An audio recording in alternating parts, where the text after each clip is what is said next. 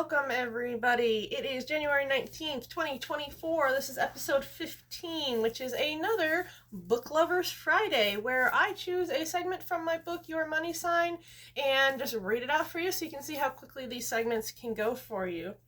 Today we are doing Book 1, Chapter 1, Segment 11, and that is Your Money Tiers.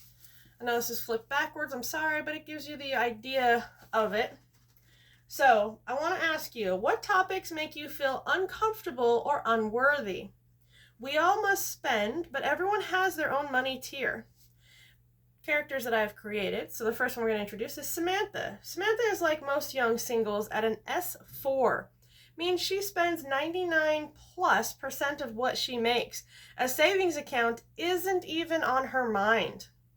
Then we have Stephanie, who is like most young families at an S3. Her household can save up to 20% at a time. However, that savings usually gets drained on a regular basis.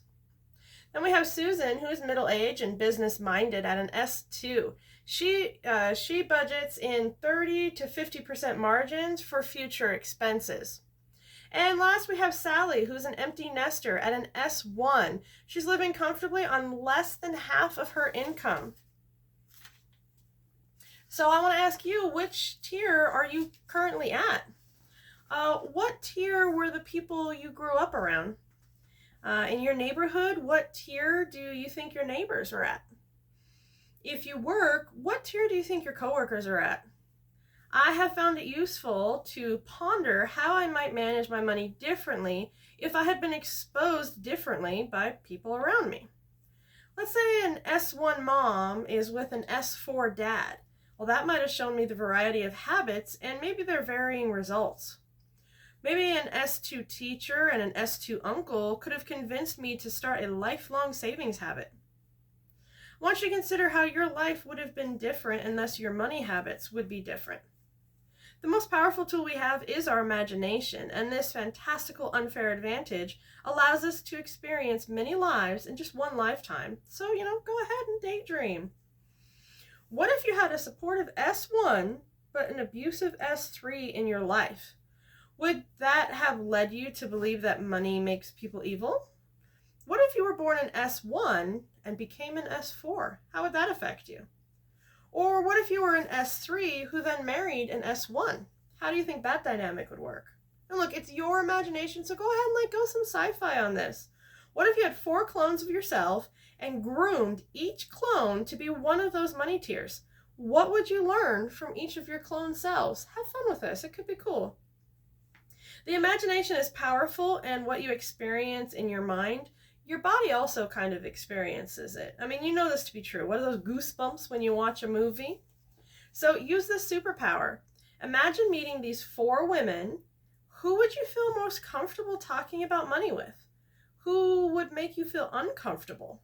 Then go out and pay attention to how you feel when people bring up money topics, such as a late bill or a new job.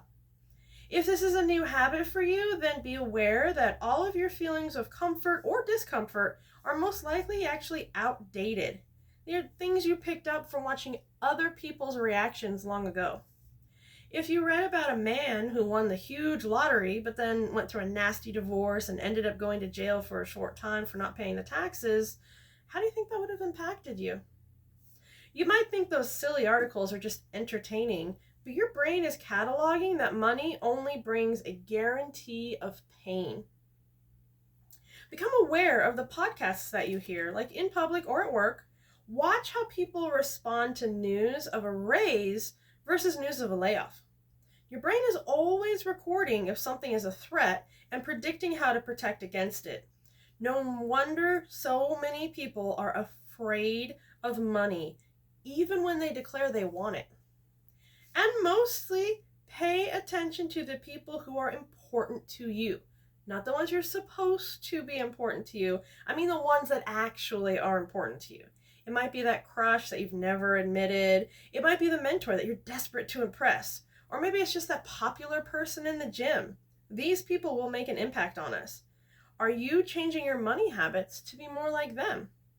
We're social creatures. People are going to influence us, and that's healthy. If you become selective with who you let in, first become aware of which tier you are in and which tier you would prefer. That was our Book Lovers Friday for January 19th, 2024, episode 15. And that was money tiers from your money sign. I want you to see that most of these segments can be read at an average pace between like 5 and 8 minutes. So it's pretty quick, pretty easy to get through the book. And I hope each segment gives you some little, seed to ponder and let it grow in your mind and kind of figure out how it's going to go.